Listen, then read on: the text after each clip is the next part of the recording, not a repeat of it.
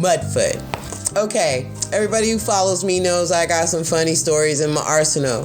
This particular tease that I'm giving y'all, it involves Muddfoot, aka the Alchemist, as he's known now. He must have been about maybe 18, 19 years old. He wasn't even old enough to drink yet. He was a baby.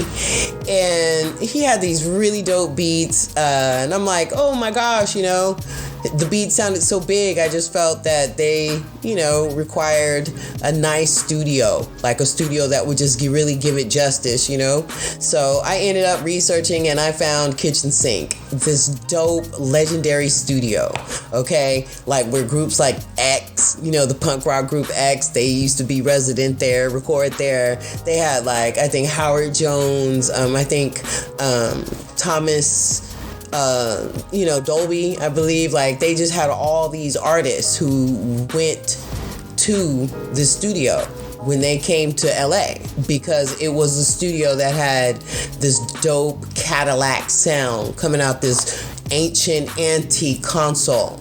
And on each side of the console was sound panels, that went from the ceiling to the floor. And they were cream color, like gray, okay? And they had French, they were covered in, they were upholstered. They were covered in this really beautiful, kind of fabric, that was upholstered, French looking flowers, whatever. It was really beautiful. And this was the way that they installed their soundproofing. And that soundproofing, according to legend, had been there since the 70s. Okay? Never changed, never. So we are on our final song, and I'm like, okay, Muffin, I'm gonna have to, hightail it. I gotta get to work early in the morning, so since we only got 2 hours left, he was finishing up a mix on the final song that, we were doing together. And I was like, yo, I gotta hightail it to work. I gotta get up in the morning. Can you close down for me?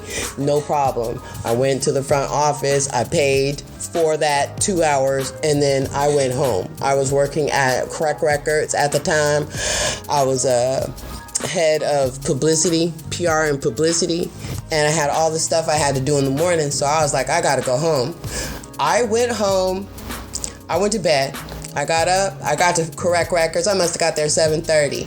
I kid you not, I was not even at work for 1 hour before this lady at Kitchen Sink called me up crying. T-Love, I can't believe what you've done.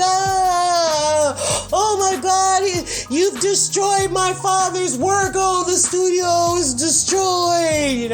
She's crying. She's going through it. I'm like, oh my God, you've got to get here and see you've got to get here right now. So I hightail my ass to Hollywood, to Kitchen Sink, SYNC. And I get there, and when I look at the console, we go into the area where the console was. On left side, it was a huge foot tagged in a fat tip marker. Big old foot. It had to be 4 feet. And at the bottom of it, Muddfoot, just the thickest, blackest marker you can think of on gray or cream upholstered. It was upholstered. So it was a sound panel, but it was upholstered in this really beautiful French kind of fabric. Cream color gray.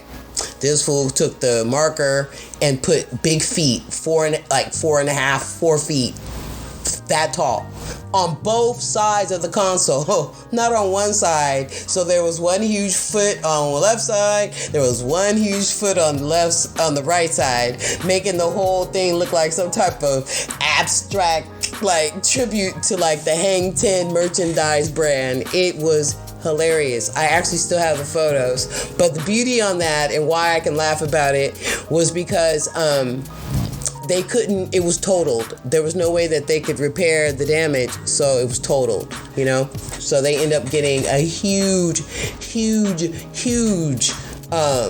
insurance check where they were able actually to redo that whole entire room. And they were able to afford to work on that console, that old console. They was able to update it even more. And they did not press charges against me, and they did not press charges against Muddfoot. Alchemist.